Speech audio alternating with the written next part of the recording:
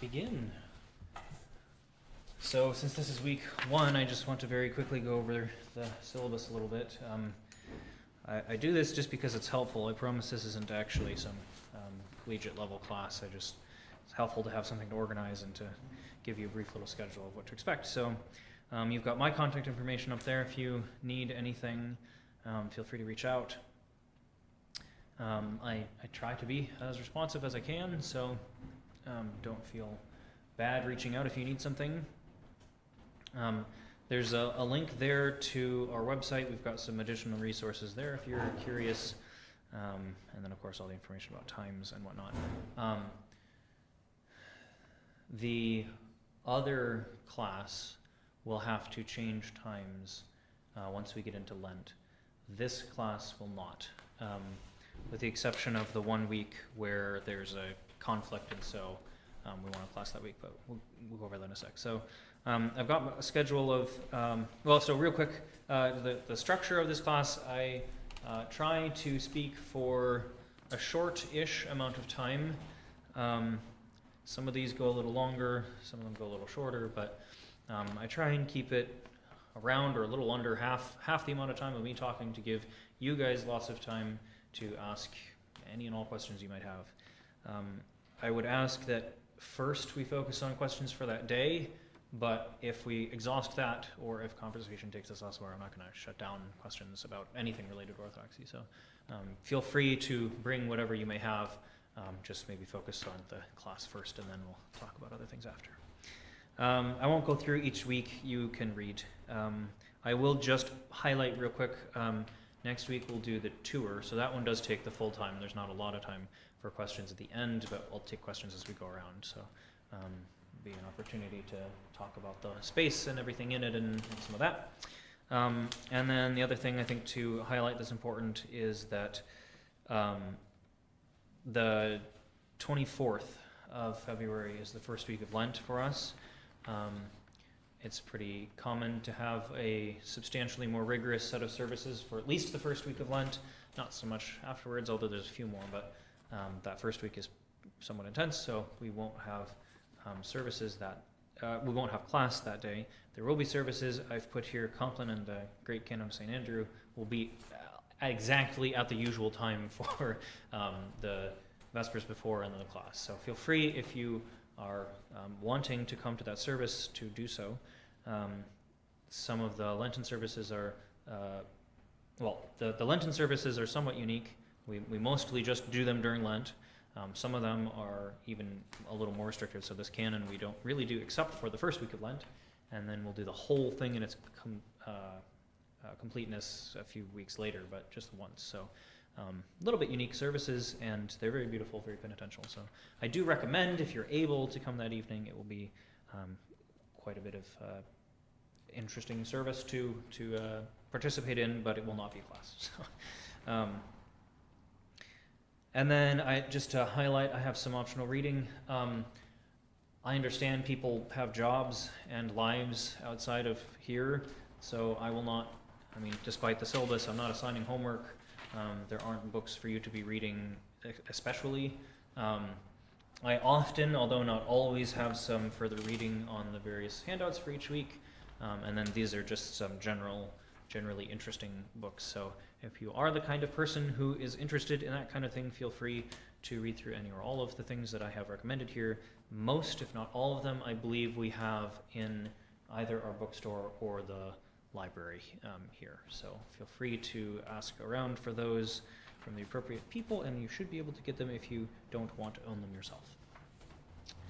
Any questions on this? I think that's pretty much everything. Yeah.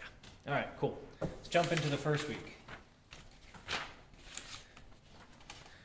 This is one of the slightly lighter weeks because I presume that you'll have more questions, and I don't want to overwhelm you too much right off the bat. So,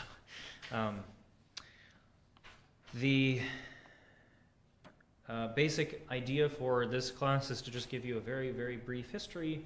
Obviously, we're talking about 2,000 some odd years of church history, so I can't possibly go into everything important, but I do try and hit at least a few of the important things. If you look at the back of the handout, I'll reference it a few times.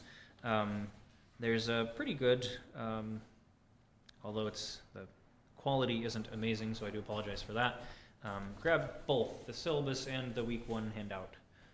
The only thing to really make sure I highlight from the syllabus for you is just that we won't have class the 24th of February because that's the first week of Lent, so we'll have lots of services. Feel free to come to them, but no class. All right, the back of that handout then is the timeline, a little more in depth than what I can talk about here. So like I said, I'll reference that a few times. But feel free to peruse that. Again, I apologize for the less than stellar print quality, but that's the best quality image I could find for that, so it is what it is. All right, so a brief history.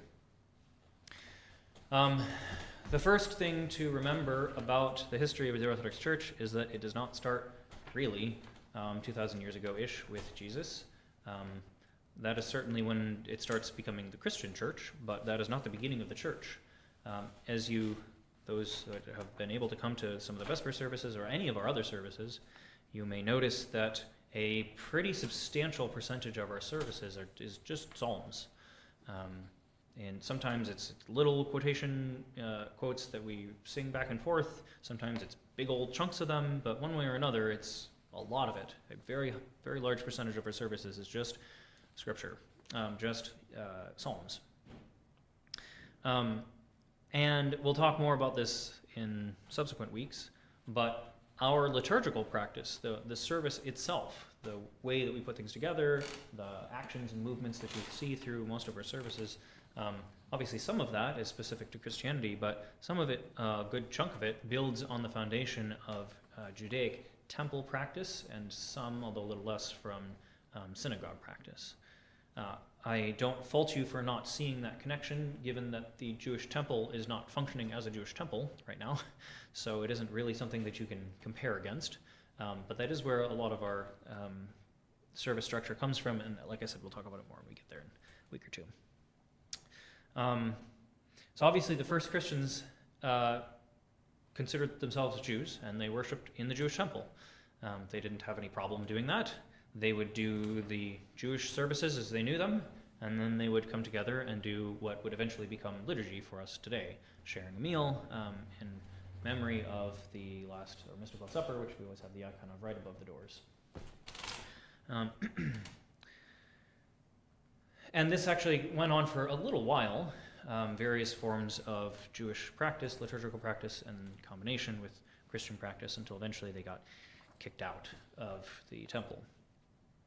St. Justin Martyr, who's one of the very, very earliest writers, I think he's listed on the back here in 150 way at the left,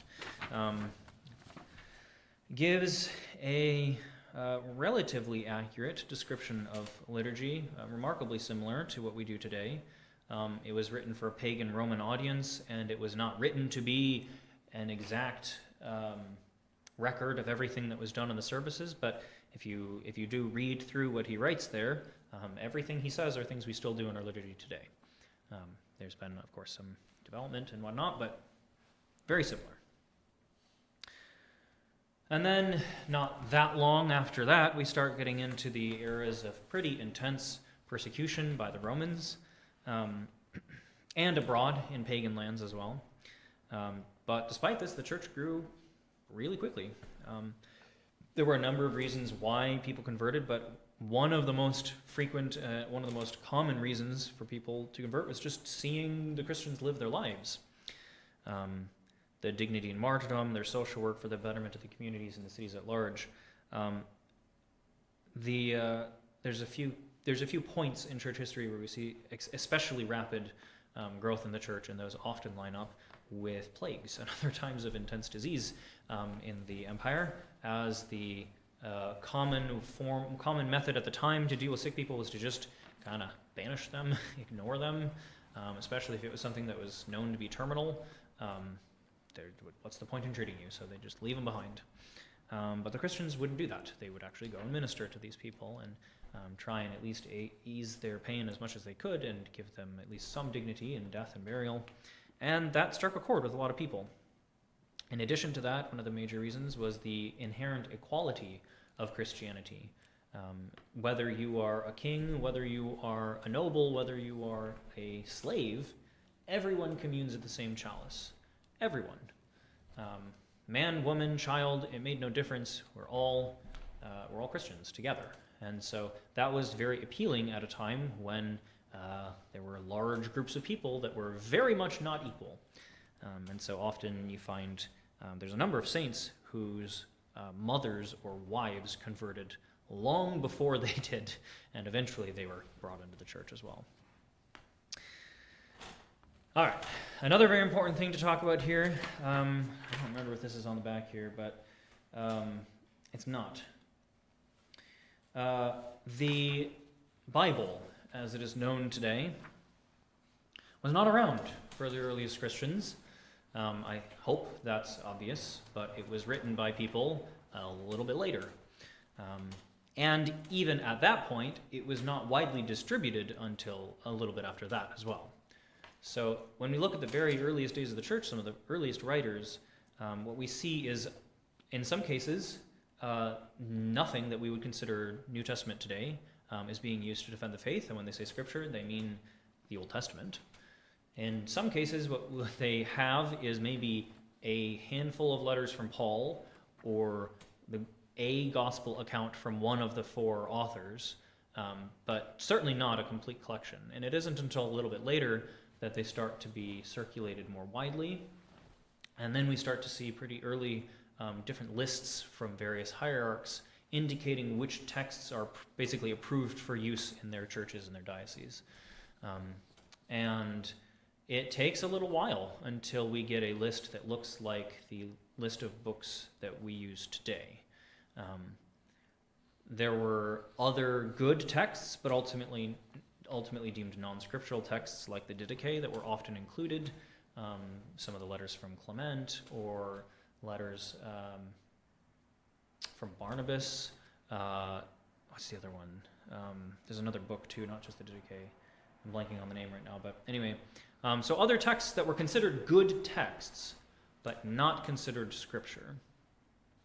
The other interesting thing about this is that there's never a time when things like the Gospel of Thomas or the Gospel of Peter were ever included in any of those lists. Those have always been rejected. They've always been known to be false. And so no one ever included them in their list of valid books. It wasn't until much later, i.e. more modern times, that people started to think that maybe those are cool. But when they were written originally, everyone knew that those were not okay, and it was never disputed.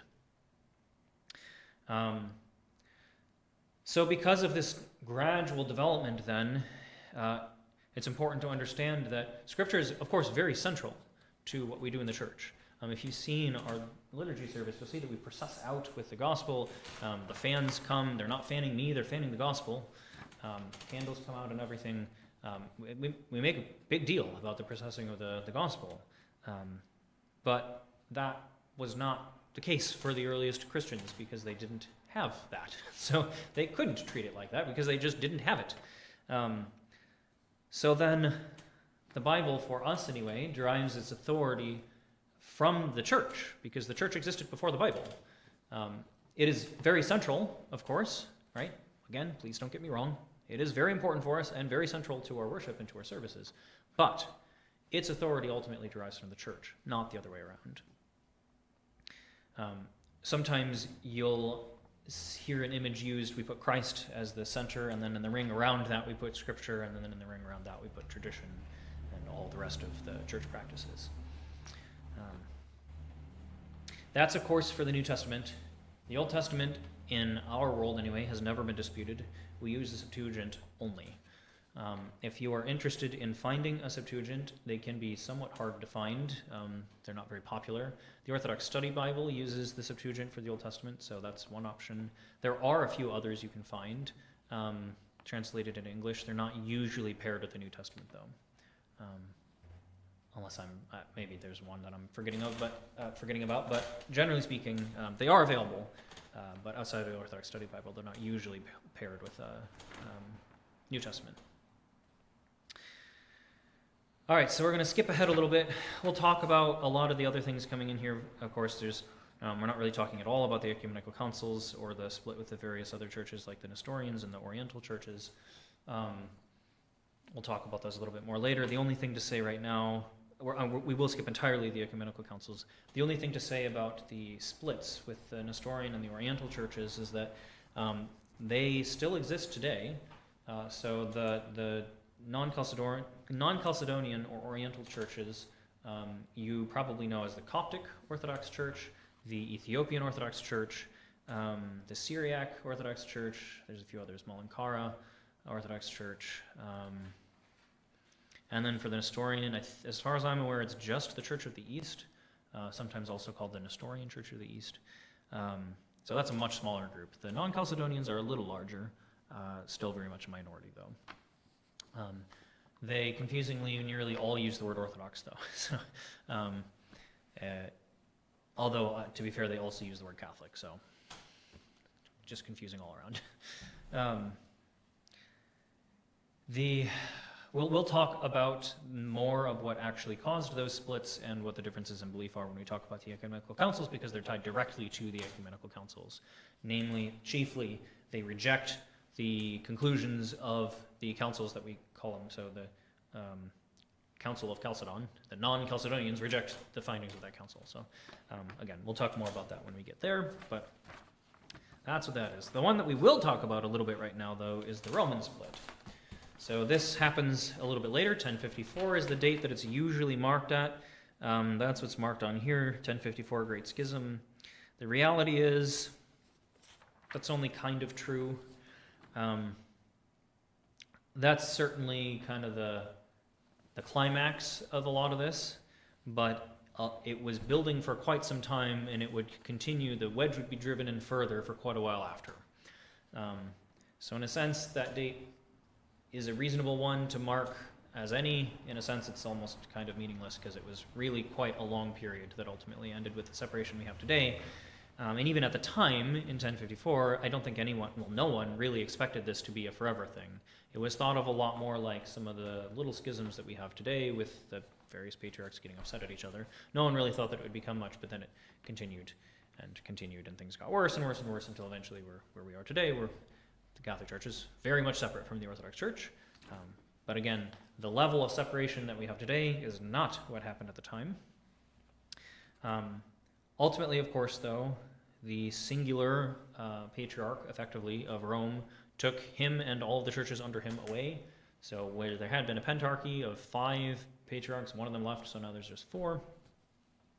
And then, as you can see in the back, of course, there's a bunch of splits off of the Catholic Church into what today we generally put under the broad umbrella of Protestant. There have not been any subsequent splits from the Orthodox Church after that, with minor exception.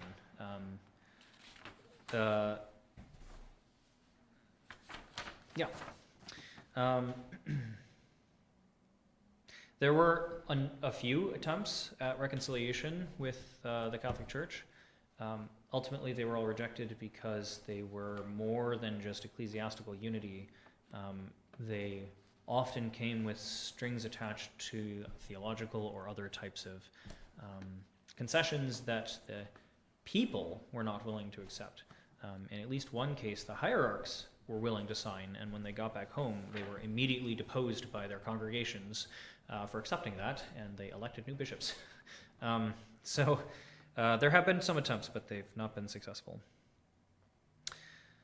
The next big thing, I don't remember that's on here. I think it is, though. Yep, Turks, 1453. Conquering Constantinople.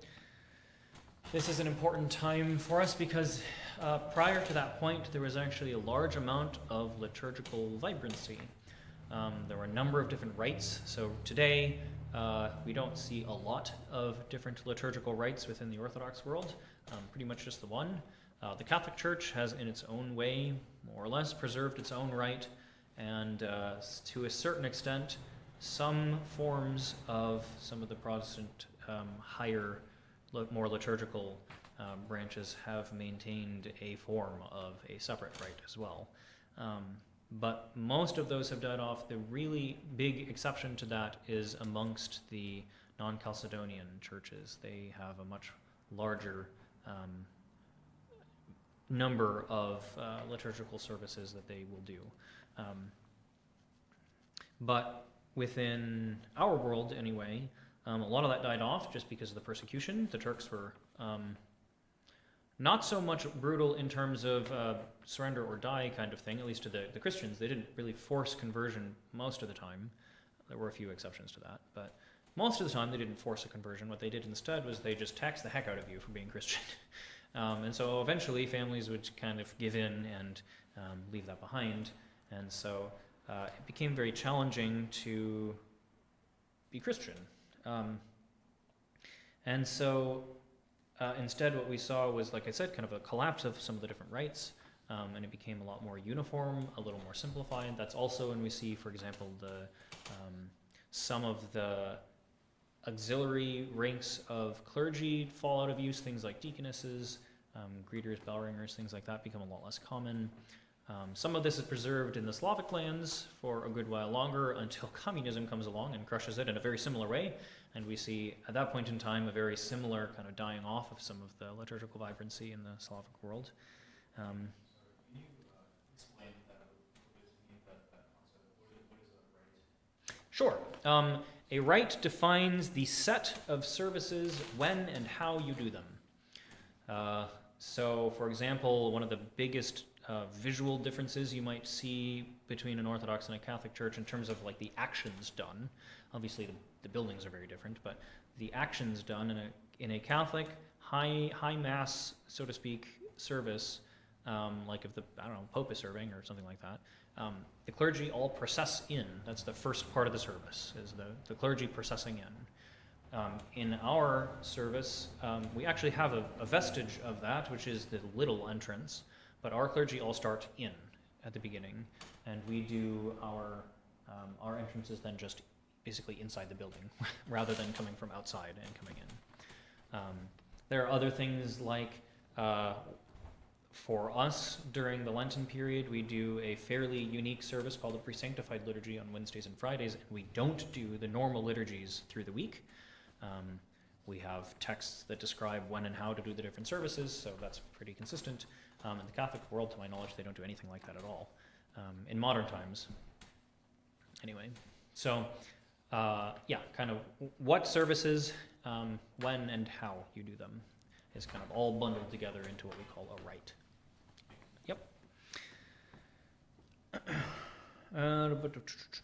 Yep. Okay. Orthodoxy arrived here in the New World in 1794, initially from Russia, specifically in Alaska. In the very beginning, they were the only ones. So like today, you've probably noticed Antiochian and Serbian, Romanian, Bulgarian, Ossetia, Rokor, Greek. I don't know, I'm probably missing one or two others. At the time, it was just the Russian Church. And though there was still these various collections of people from other places, they didn't worship in separate buildings. So, for example, originally I'm from a little farther up north. The cathedral in Seattle traces its history back to, I think, a little bit after this time, like very early 1800s. And at the time, it was the only church in the area, and there were all manner of people from all backgrounds worshiping there. And then later, they split apart into their different ethnic groups. But originally, it was just the one. And it continued to spread from Alaska down to here in the Bay Area, San Francisco, and then from there across the country to, we've now moved the seat of the Orthodox Church in America to DC, which was done maybe in the 70s, I want to say, a little while ago. The Bolshevik Revolution, turning into the communist government, really did a work on Russia, like I talked about before, killing off a lot of that liturgical vibrancy. It also put the church here in America into a lot of stress because a lot of the funding came from abroad, and suddenly we didn't have that. And so it was during that time when it became difficult to find clergy, for example, that a lot of these ethnic communities would reach back home to wherever they came from and ask for clergy to be sent over, and that's the genesis of pretty much all of the ethnic churches that we have today here in America. I want to be very clear, these ethnic churches are not less Orthodox or really different in any actually important way. There will be some very, very minor differences in, so one of the most visible, I think, differences is possibly in the clergy vestments in the more Russian or Slavic style, which is what the OCA uses most of the time. The vestments stick up in the back, so you've noticed that you can't really see who I am. You can tell there's a priest, but it's not very identifiable who the exact person is there, which is somewhat intentional. The Greek style, which is used by the Antiochians, Romanians, and Greeks, maybe there's a few others, but theirs are tailored around the shoulders. So not a big difference, right? It's clearly the same garment, it's just a slightly different cut. There are some other things like that, like in one of the possible services, the Greek way is to change all the colors to white because we're now doing Pascha, and to run around and throw flower petals and bay leaves to remind us of the shattering of the gates of Hades. And the Slavic church just doesn't do that. Again, not a major difference. The service they do that in is the same service that the Slavs do. They just don't come out and throw flower petals and bay leaves. So there are definitely differences. The choir is another good example. The musical styles can vary pretty dramatically between them. Byzantine chant is its own beast. Beautiful, definitely, but very different from the four-part music that we tend to use in the Slavic world. So again, same services, it's just being sung in a different way, but it's the same text. Might be a slightly different translation, but it's the same text ultimately. So again, Serbian, Romanian, Bulgarian, OCA, Rokor, Antiochian, Greek, there's probably others, Georgian, all the same. As lay people, you can go to any of them and commune without any trouble at all, no one will care. As clergy, I can, at least with the blessing of my bishop, to not serve here, serve at any of them without any trouble. No one would care really. That is not true with the non-Chalcedonian or the Nestorian churches. We are very different despite using the Orthodox moniker, but and of course the Catholic Church as well, very separate from. That is my very, very brief history. Obviously, I can't do everything, so if you do have specific questions about any of that, I'm happy to talk more about one area or another as you are interested. Otherwise, I can just turn it over to you for whatever other random questions you may have.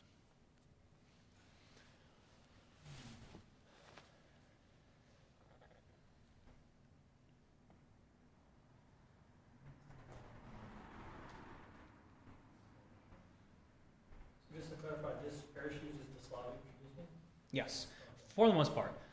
The OCA can vary pretty wildly from parish to parish.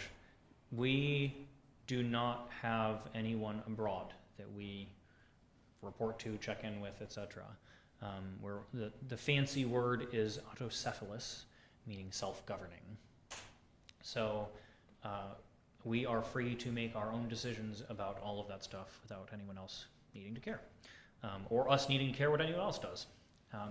What that ends up meaning, though, is that because we're not really trying to be that thing over there, and we're just whatever we are here, we end up being, I think, what is very, very American.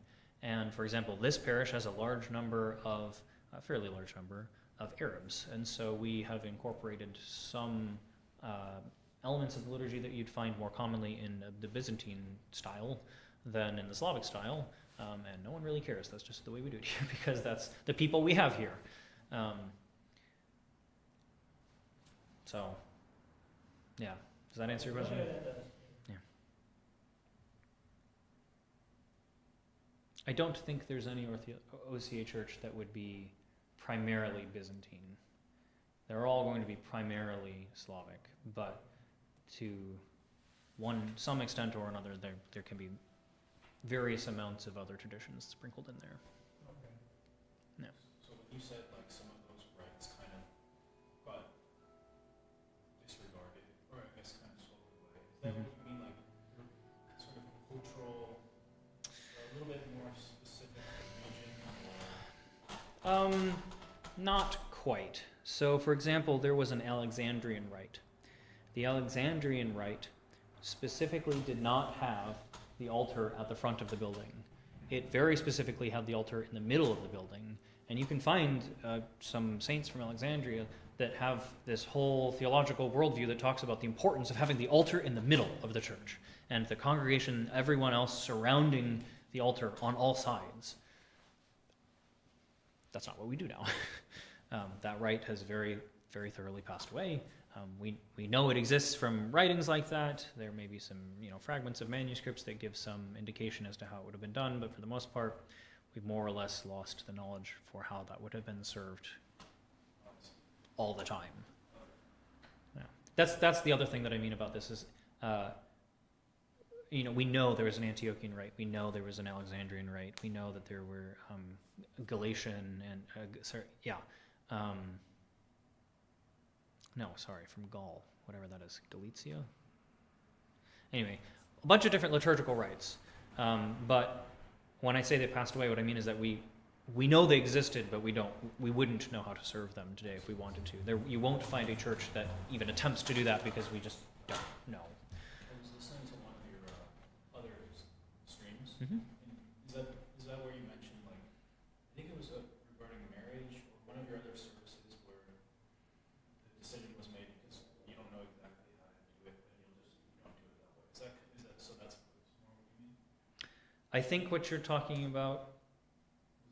Well, there's a few things that could apply to, but yes, generally speaking, yeah, there are things that we know existed at some point in time, and we just don't have a way to do them anymore. And so, rather than make it up, we just don't do it, or we find other services we can do that are similar enough. But yeah, there's not very many of that within so that is one of the benefits, if you can say that, of the collapse of the liturgical vibrancy around those two major events, the Turkish and the Soviet communist government, is that because that meant that you didn't have people doing different things, it made it what everyone was doing a lot more robust and a lot less likely to be just completely lost because it's the thing everyone is doing everywhere. So we do have, even going back to St. Justin Martyr, who was definitely following probably a different rite than we're doing today. Despite that,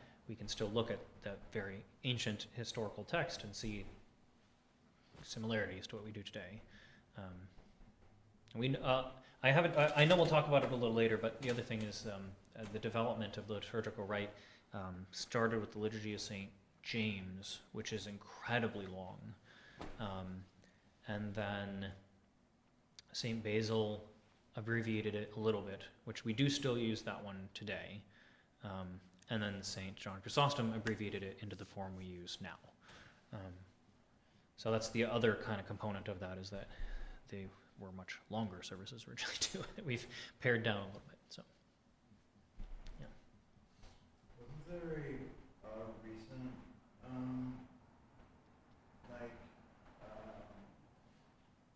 attempt at communion with Rome?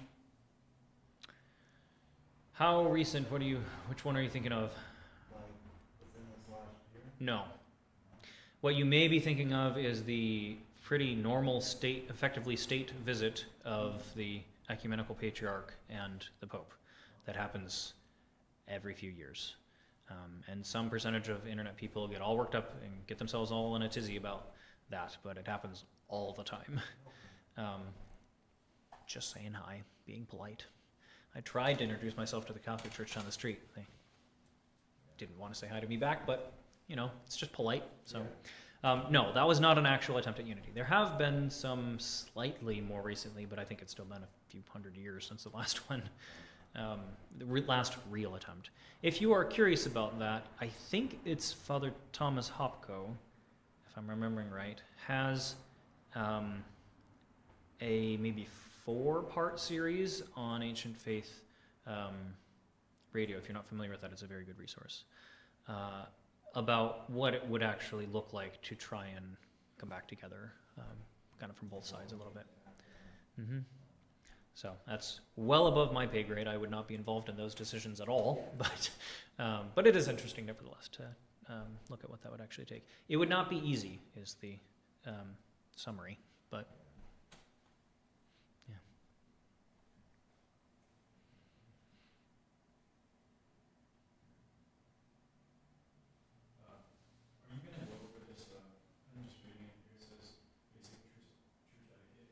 Oh, sure, yes, sorry.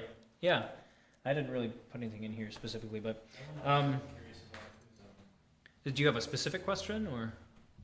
well, just having them, not been until 2 weeks ago. Yeah. It's just Yeah, that's fair. pretty overwhelming. It's like Sure. I didn't know where to start. Yeah, I think when I originally wrote that, I was thinking of doing it a different way, and I've kind of ended up practically rolling a lot of that into next week, where we do the tour. But yeah, I'll talk a little bit about that, sure. The first thing you'll probably notice is that we don't have pews.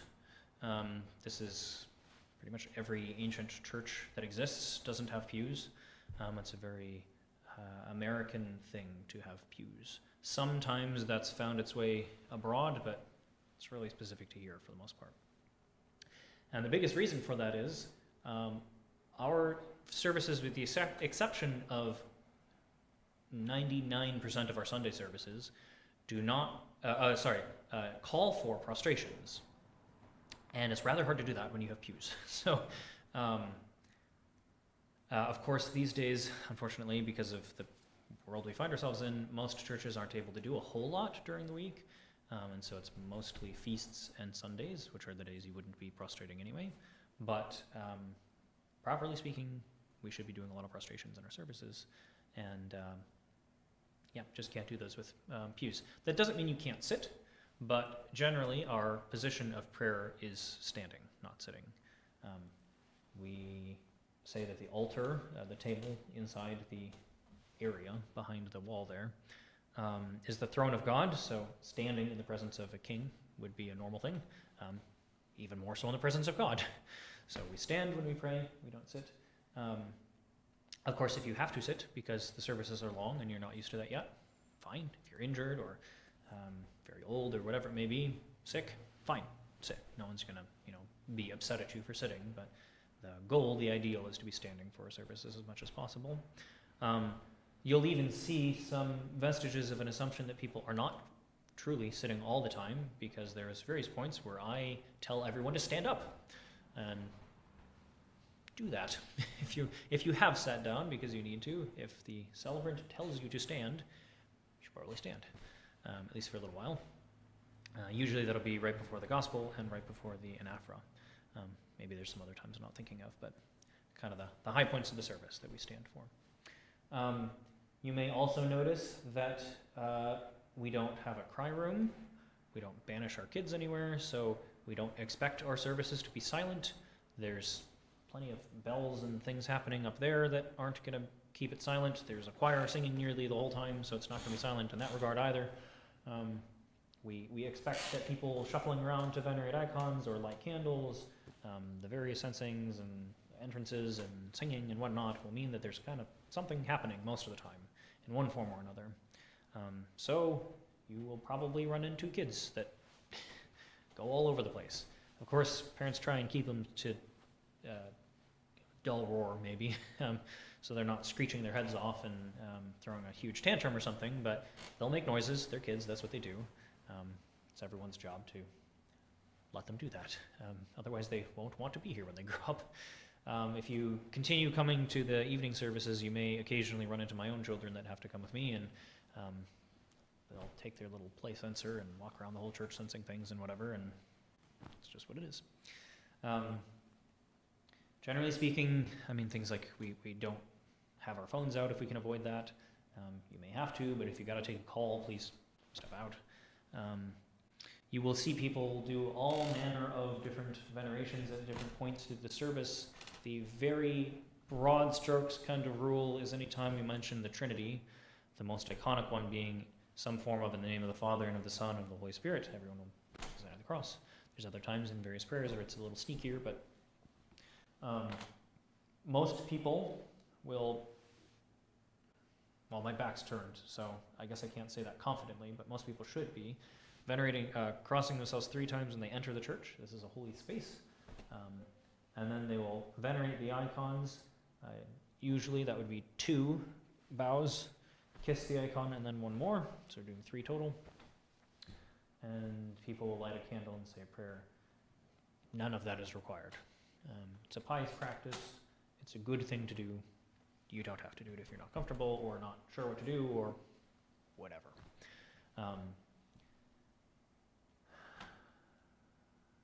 Of course, I think you know, our communion is not open. There's plenty of stories in the early church of people receiving communion unworthily and dying, so we've decided it's better not to do that, and to only give it to those that are worthy, and that does not mean that you are baptized Orthodox. In fact, it is the expectation that some percentage of baptized, regularly attending Orthodox Christians will not receive communion on any given week, because maybe they haven't done their prayers beforehand, maybe they didn't keep a very good fast, maybe they have just been really struggling with something and they haven't gone to confession for a little while, whatever it may be, they won't go up. Is there something else? Anything else that I'm forgetting? So generally, Sorry, let me just insert really quick just to say, I'm not a convert. So just to contextualize all of my responses for you, I'm married a convert, but I am not one. So this is very normal for me because this is what I grew up with. But please, if you have specific questions, ask them.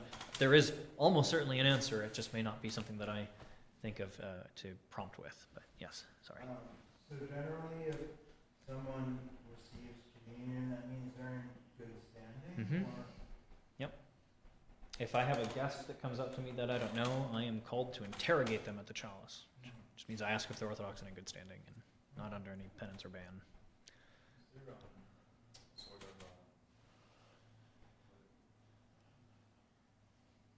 what's that word where it's like you're trying to make up? You could like so from my background, like, you repent, but Penance? yeah, sort of like a working. So we do use that word. However, it is my understanding that we mean it in a very different way than what most people probably know. We much prefer to rely on language that talks about the church as a hospital and as Christ as the great physician. Those are very common phrases you'll hear. Because of that, our understanding of penances then is more like a prescription or medication or physical therapy or something that is being prescribed to help you get better. It is not punitive. It is never something that is done because you have done something bad so you deserve to, whatever. It is to be helpful. It is to bring you back into communion to help you do what you need to do.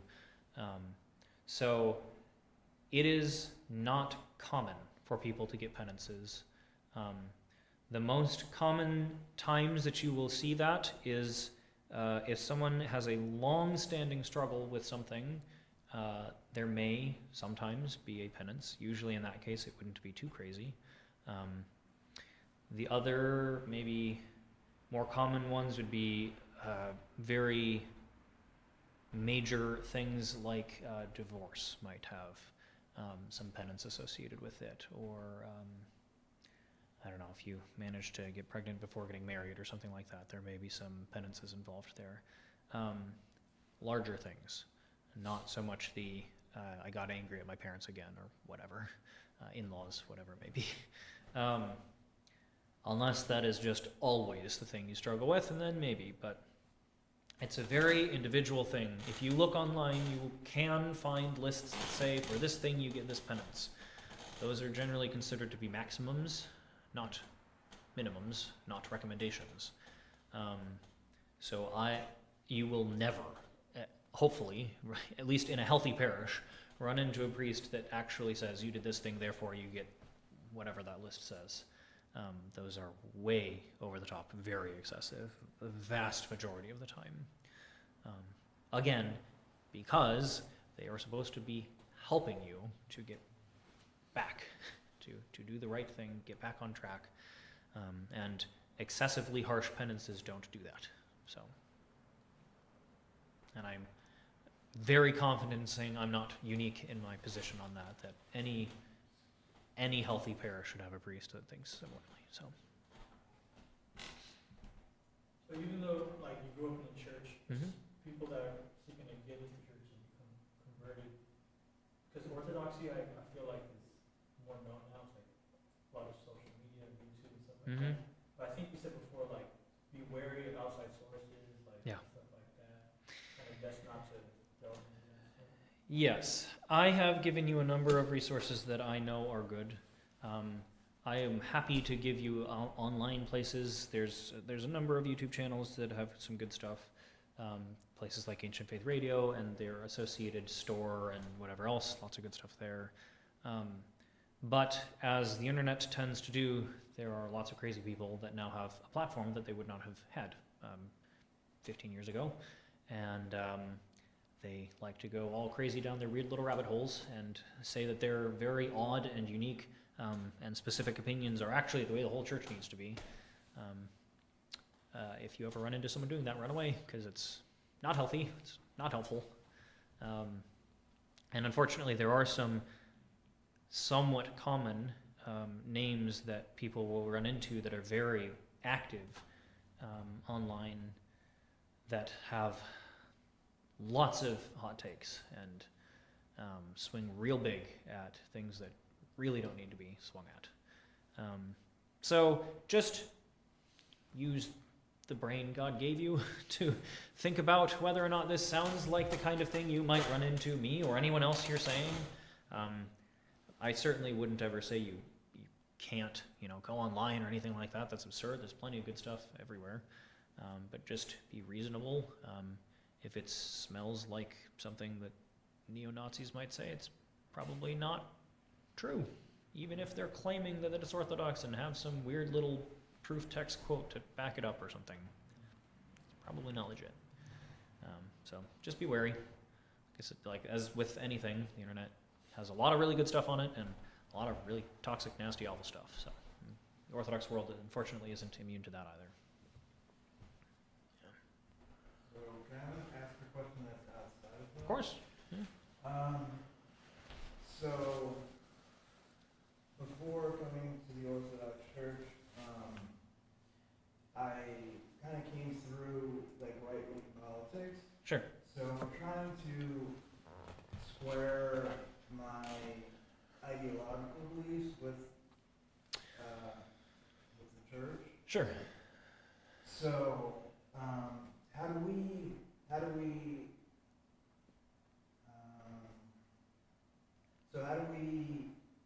square like loving our neighbor and also like supporting our country?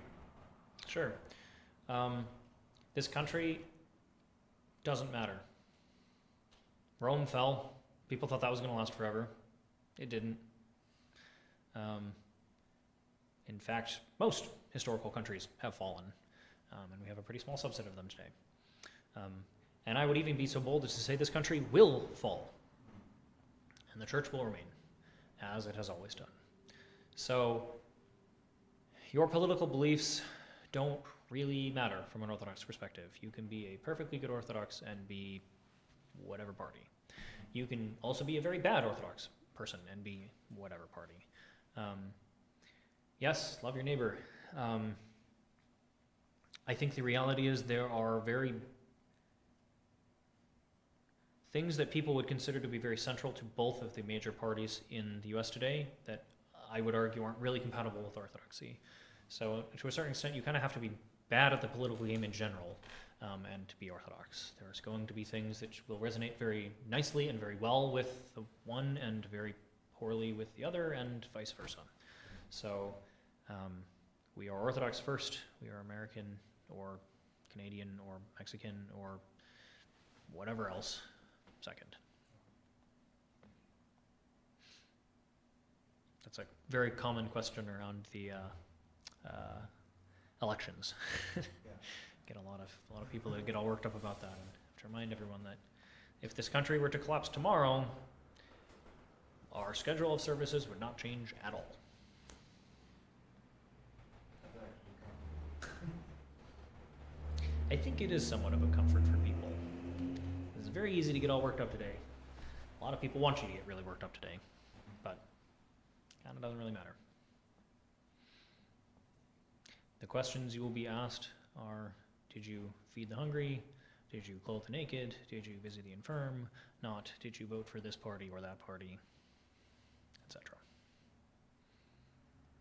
Yeah. Anything else? Yeah, I guess, how do I start my own private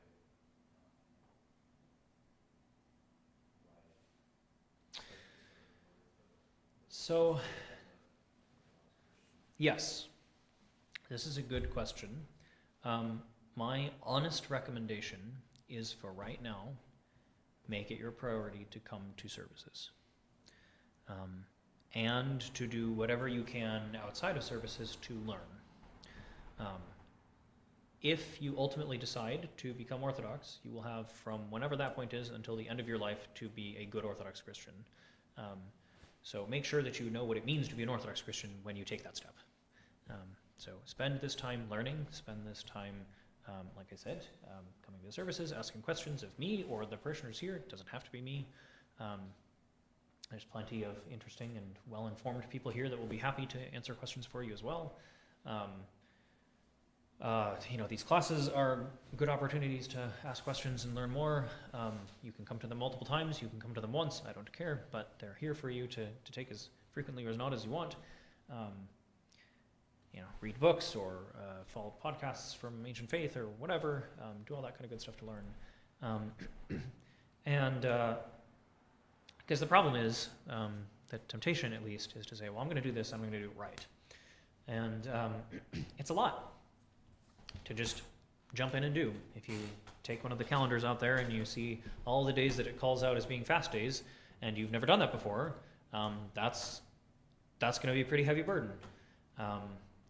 If you are reading online about what a prayer row should look like, and you find one of those places that tells you that you should be doing like 2 hours of prayers every time you sit down to do it, that's a lot, and you're going to really struggle to do that. Most people don't do that, so this is your time to get comfortable with what the church is and isn't, to get more just familiarized with what all of this is, because there's a lot. I generally recommend that this process, from whenever you first start coming, so now-ish, and to be officially formally brought into the church, I recommend you take about a year, so you can at least see a full liturgical cycle and all the things we do through the year for the various feasts and fasts and whatnot, and can kind of get used to what those cycles look like and feel like and sound like and everything else.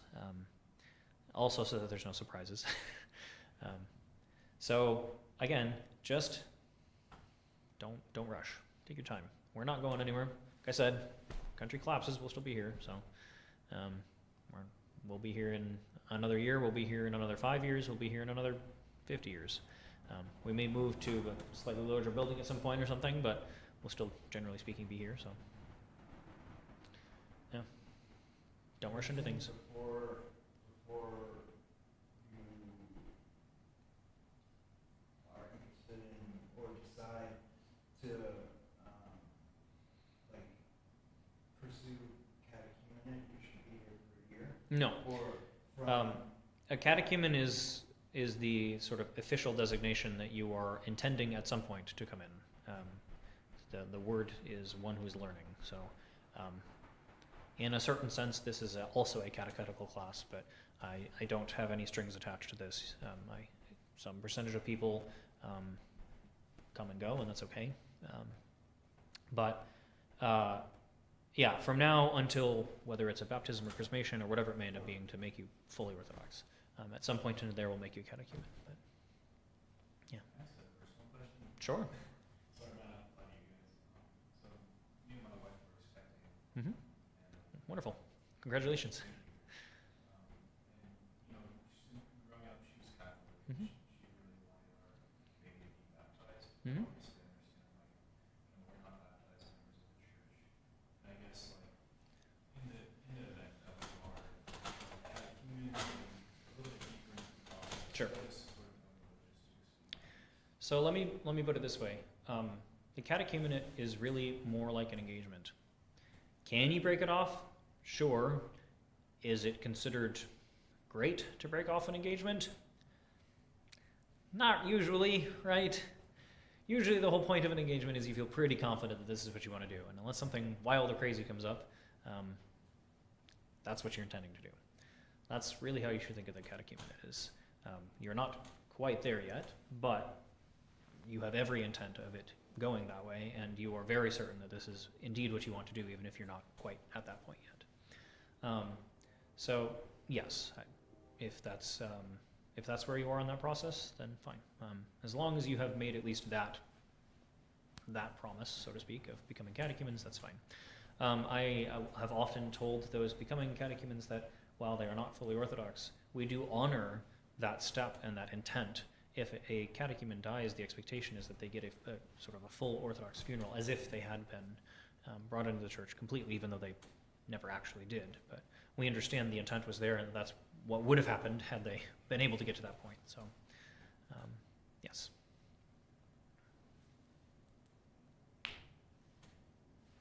I think that's pretty much time. There's 4 more minutes, so one more question.